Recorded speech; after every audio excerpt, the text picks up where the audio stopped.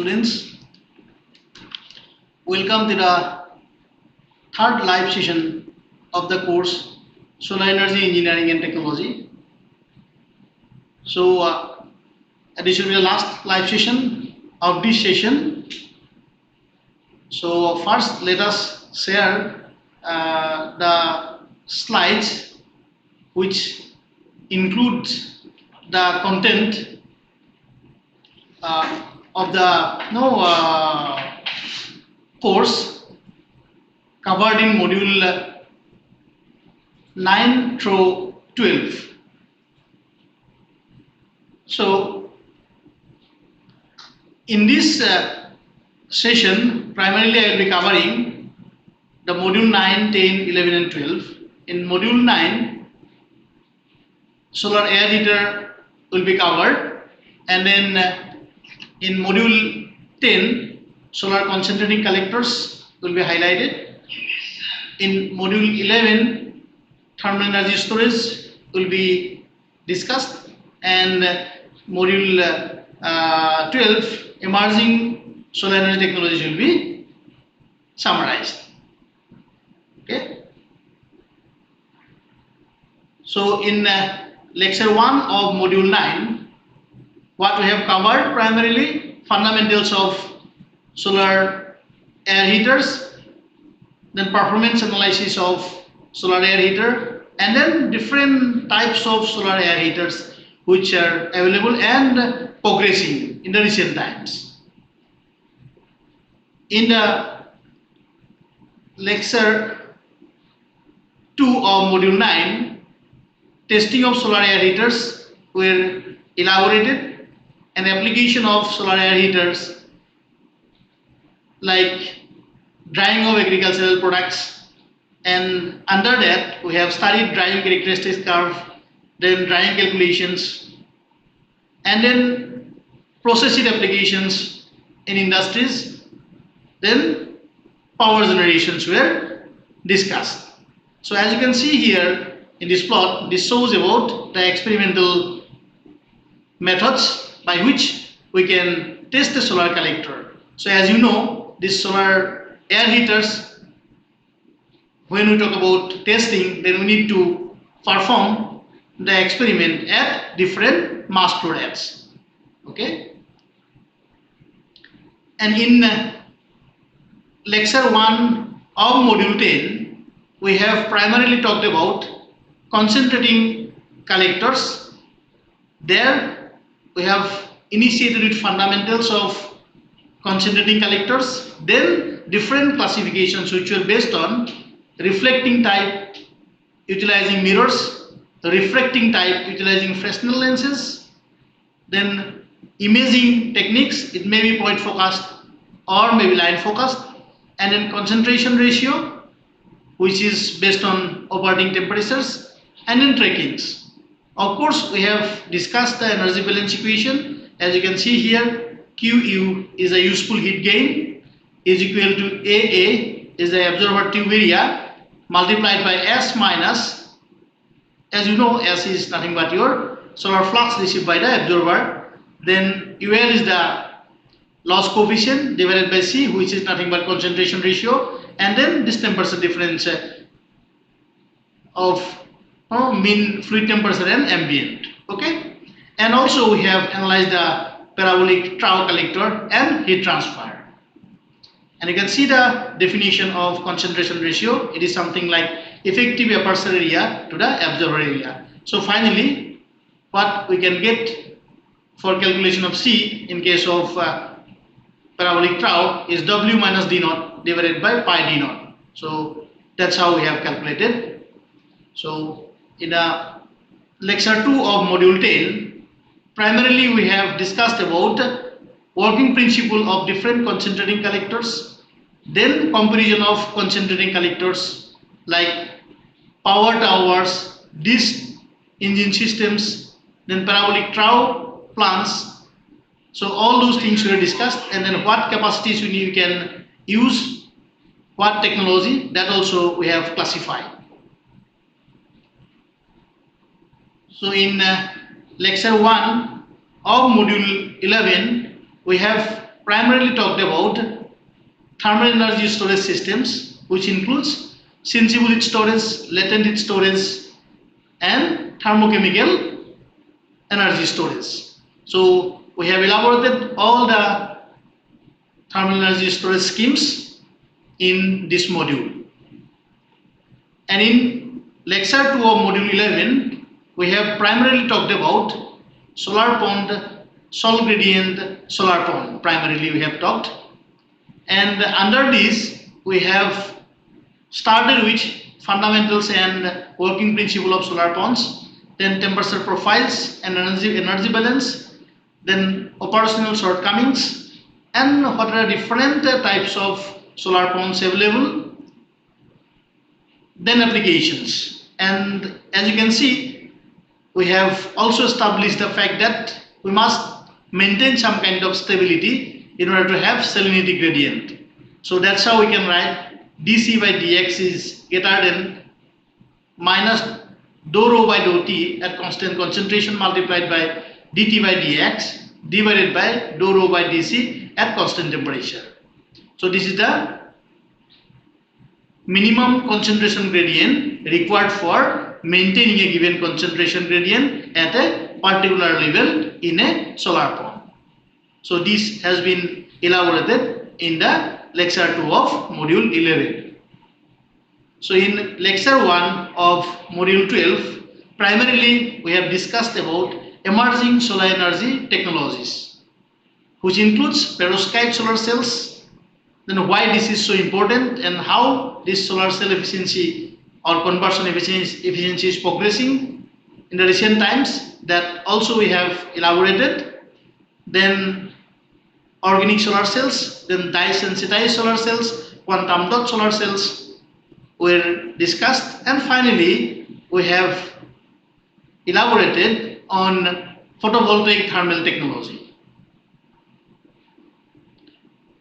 In lecture 2 of module 12, we have primarily discussed about solar energy applications, which includes solar distillation. So brackish water we can use for generation of distilled water. Then solar cookers. So how we can use solar cookers for community cooking and household level. This was discussed. Then solar refrigeration and air conditioning systems were discussed. Then solar space heating and cooling were elaborated. And finally, solar thermal devices for low, medium and high temperature applications were discussed. So these were discussed in the classes, and this was the last class what we have discussed in the lecture schedule. So thank you very much for your attention, and now I will address some of the queries of the students as well as some of the questions raised in the discussion forum. So let me go to the presentation file, and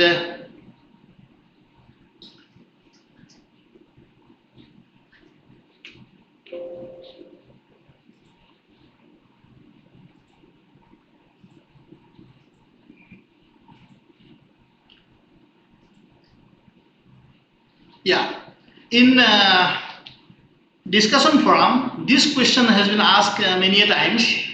So we had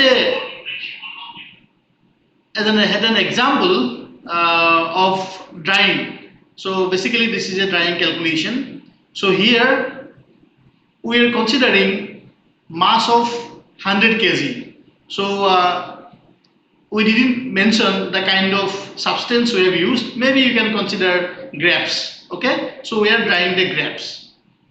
So this total mass M is 100 kg we have considered, and initial moisture content is 75%, and final moisture content has to be 14%, and drying time required is 2.8 hours, and maximum allowable temperature is 70 degrees C and ambient temperature is 25 degrees C.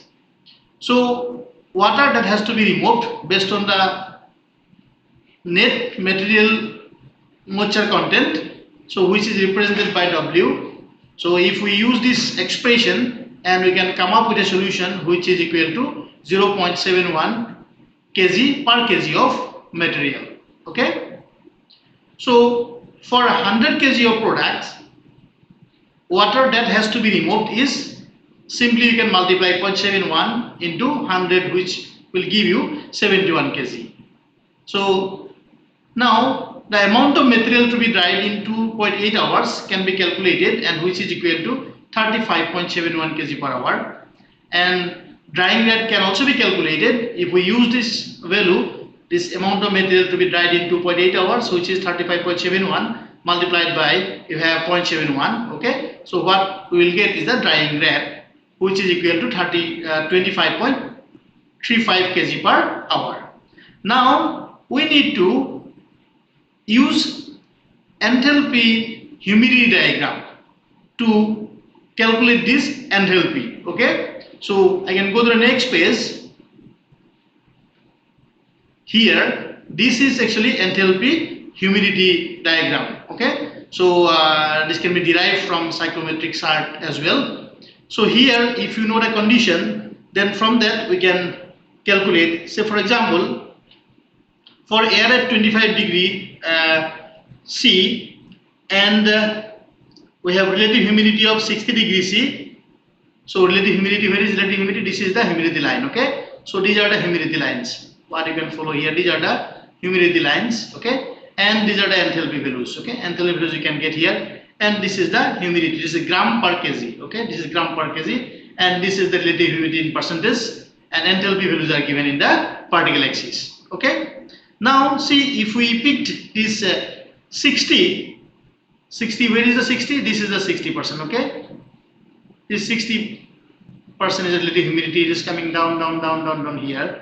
And then, so this maybe I can give A. Okay, so this point is B. Okay, so here what you will get, so already you know this one, temperature, it is 25 degree. Okay, at this temperature, if you draw a horizontal line, it will cut this 60 relative humidity line here. Okay, then if you draw a line vertically, then what you will get is your humidity, which is equal to about 12 gram per kg, right? So this is 12 gram per kg, right? This is 12 gram per kg. And then if we have to count or estimate, or maybe calculate the enthalpy, then what you need to do, you need to expand this line and take the cross section point here, so which is representing the enthalpy. So if you scale it and properly measure it, then this value is found to be your 56. Okay, this is 56 kilojoule per kg. Okay, so this is known now, and this is known, right?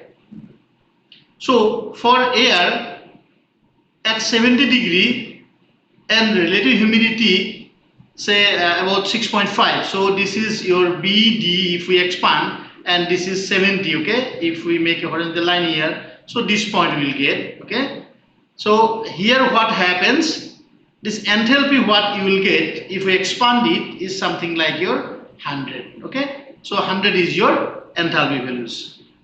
Okay, so you must know how this can be read from this enthalpy humidity diagram. Okay, and also we need to use the sorption curve.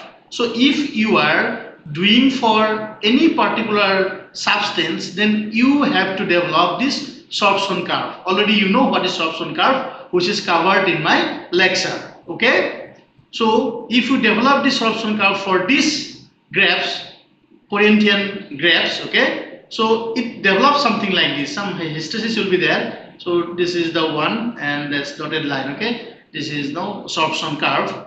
So here what happens, what we get is your 0.57 is the value at this what is called your water activity. So if we see this one, okay, humidity 14%, okay, this is 14% humidity. So what is the water activity we need to calculate? So this is your about how much, as per my calculation, it is about 0.57. So 0.57 is the activity. Already you know what is water activity, okay.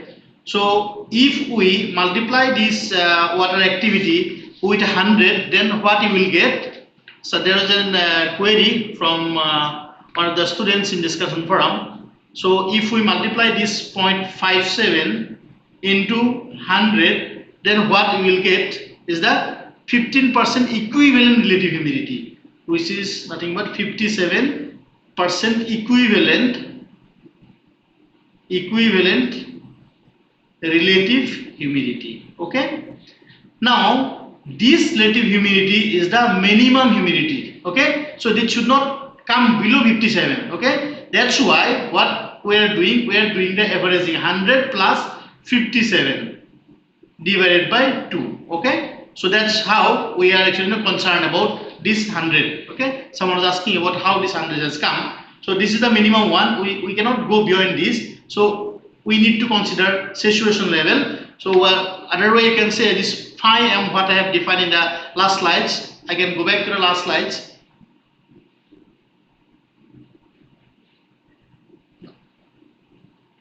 Go back. Yeah. So here is 57 and 100. Then yeah. So what we'll get 78.5%, right? So for mean air humidity, so that's why it is called mean, okay? Phi m is the mean. For mean air humidity 78.5%. The air humidity at the exit of the dryer is 28 gram per kg, and corresponding temperature is 35 degree, what we can get from the charts. Okay. Now what happened in the video file when we were calculating this VAR? So we have made one mistake. So instead of 100, this should be 1000. Actually, we have missed 10 here. How it has come? So if you see this revised calculation, so VAR is nothing but MV dot, this is mass flow rate, okay. Already we know what is mass flow rate, is kg per hour, 25.35, and rho air is known to us, and xm minus xa, these values are already calculated from the chart, okay. So these were in gram per kg. So if you have to convert gram, then what happens? Gram, then 10 cube of gram, right? So it will go up, then it will be something like 1000, okay. So 1000 multiplied by 25.35, okay. So once you do the calculation, then what you will get? VAR, okay. So which is nothing but actually 1291.3 cubic meter per hour, right? Now the heat needed to increase drying air temperature from 25 to 75, how we need to calculate? We need to use this VM. So this was also missing here, VAR, okay. So Q is equal to rho of air multiplied by enthalpy difference multiplied by V of air, which is already calculated. So once you substitute, then what you will get? The value of Q, which is the heat needed to increase the drying air temperature from 25 to 70, right? So which is equal to 69714.7 kilojoule per hour, okay. So for 2.8 hours of drying period, the energy consumption is, we have made mistake here. Because of that we got a different value, but that our correct result is something like this, okay. So 19520 1 in 1.16 multiplied 69714.7 into 2.8, so which is equal to about 195.20 megajoule, okay. So you please note the changes and calculations. So here is the primary difference. So this could have been 1000 instead of 100, what we have made one mistake here while doing the conversion, okay. So I hope that you understand now how this can be calculated, okay. So this is a very interesting problem, and this concept can be applied in other substance as well. That only thing what you need to do, you need to develop the isotherm. Okay, so once you develop the isotherm for a particular material, then it is easier for you to do the calculation. Okay, so this was the primary issues which was raised in the discussion forum. So I thought that it is better to discuss in the live session. So now I welcome your questions. If you have, then I'll be happy to clarify your doubts.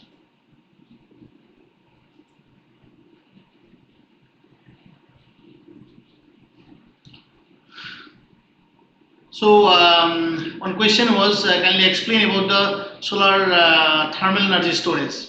So already I said, when we are talking about solar thermal energy storage, it may be sensible heat storage, or maybe no latent heat storage, or maybe no thermochemical. Okay, so it depends. So if you want like phase change to happen, then we have to go for latent heat energy storage. If say, for example, if you are concerned about say solar thermal applications for heating of water, maybe so 25 to say 60 degrees, 70 degrees Celsius, then what we can say, it's a sensible heat storage. There is no phase change occurs in this temperature range in case of water.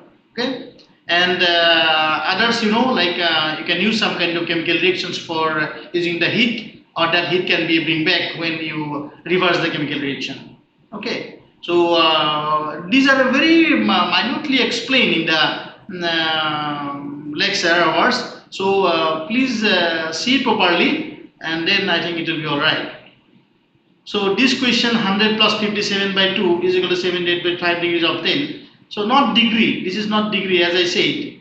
So this is phi m, okay, mean air humidity. Okay, so this is important, and why this is so, I already explained.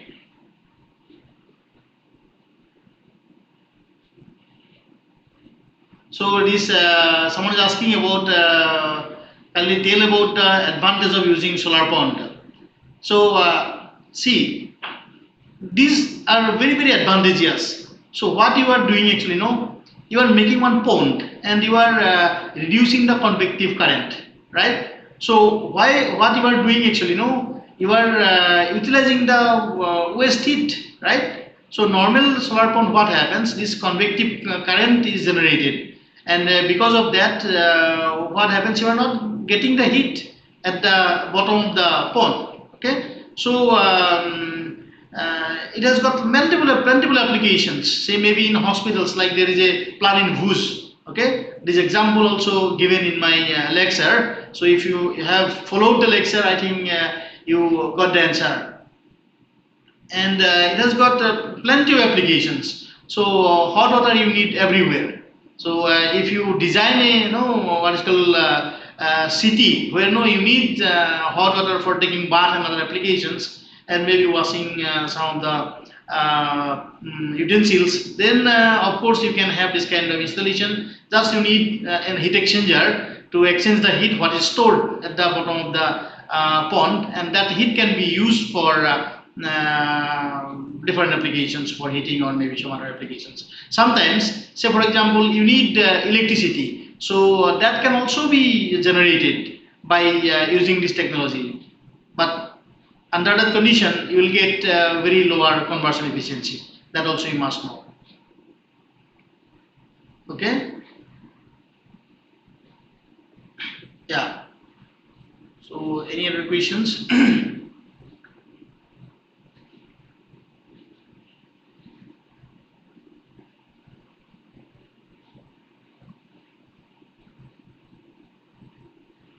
So 100 plus 57 by 2, that I think clear to you. That's water activity multiplied by 100, what you will get 57, okay? And then what I am doing, that's the minimum relative humidity. So that should not come below 57, okay? So that's why what we are doing, we are considering the saturation and we are taking average. So that's why it is called average air humidity, which is 78.5, not degree Celsius, it's a humidity percentage.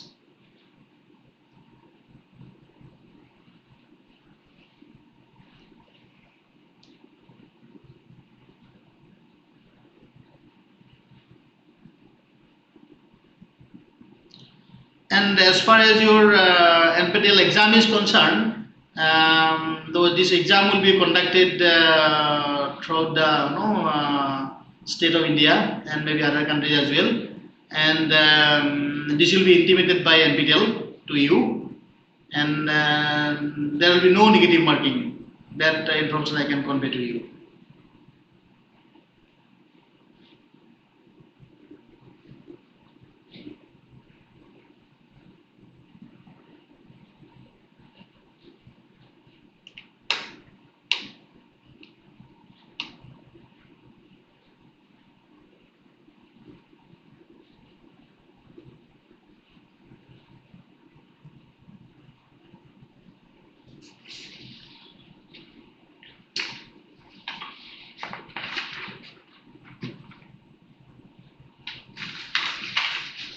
And there is one question, the student was asking, I want to know the cost of solar power plant for generating megawatt level of power. Okay, so see, I was in a process of developing one detailed project report of 1.5 megawatt solar power plant. So then we have calculated based on per unit cost of rupees or per unit cost of generation is about not generation, like no, if we talk about solar PV module, it's about 40 rupees, okay, per watt peak I am talking about. So if you consider 40 rupees per watt peak, so roughly it will be about 8 crores, okay, Indian rupees in case of a megawatt power plant. Okay, then you can do the rest of the calculation. So this may be multi-crystalline silicon solar cells. Okay, so so that's a single line investment, and then you don't have to spend on capital things. Okay, you are just using the solar energy and then generating electricity.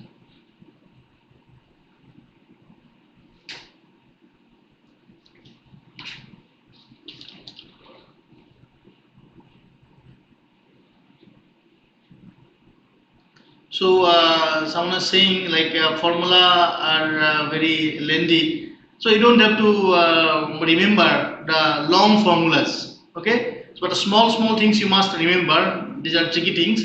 But if I ask you, say for example, say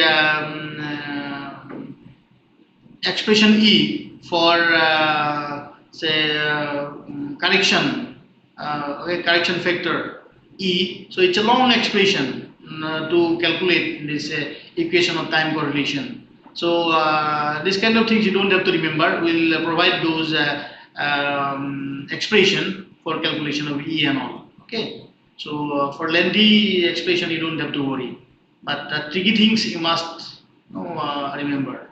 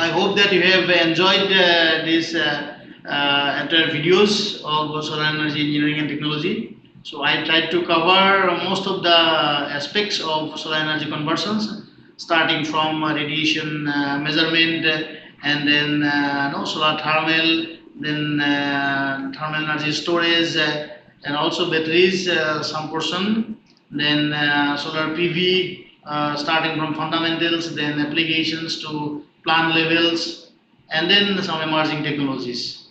And I hope that you enjoyed this course, and I hope the contents will be very much useful to you to develop some new things, and you got some kind of research flavor as well in studying this course. And I tried to give many more things there. So I'm very happy that no, if you use this content for no, teaching maybe your students, if you are a faculty, and if you are a student, then I hope you can carry forward this knowledge for development of some novel system, or maybe no, some kind of novel PV cells, or maybe no novel technique for harvesting solar thermal concept.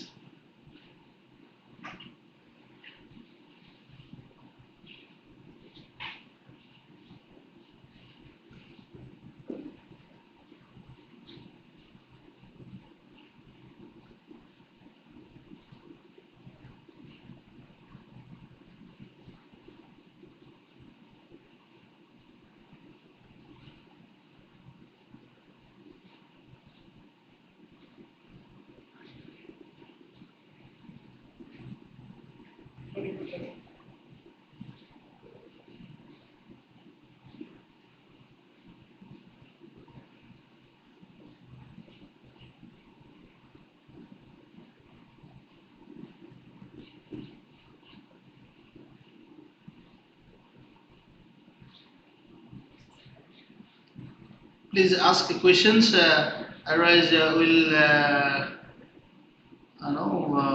wrap up.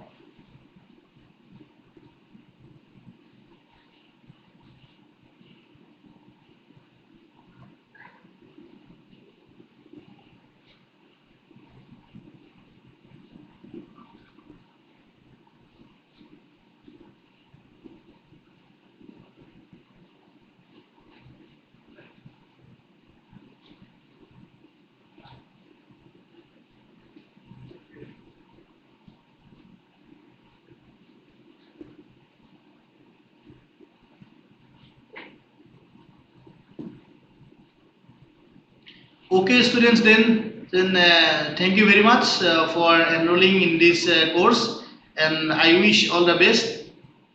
Goodbye.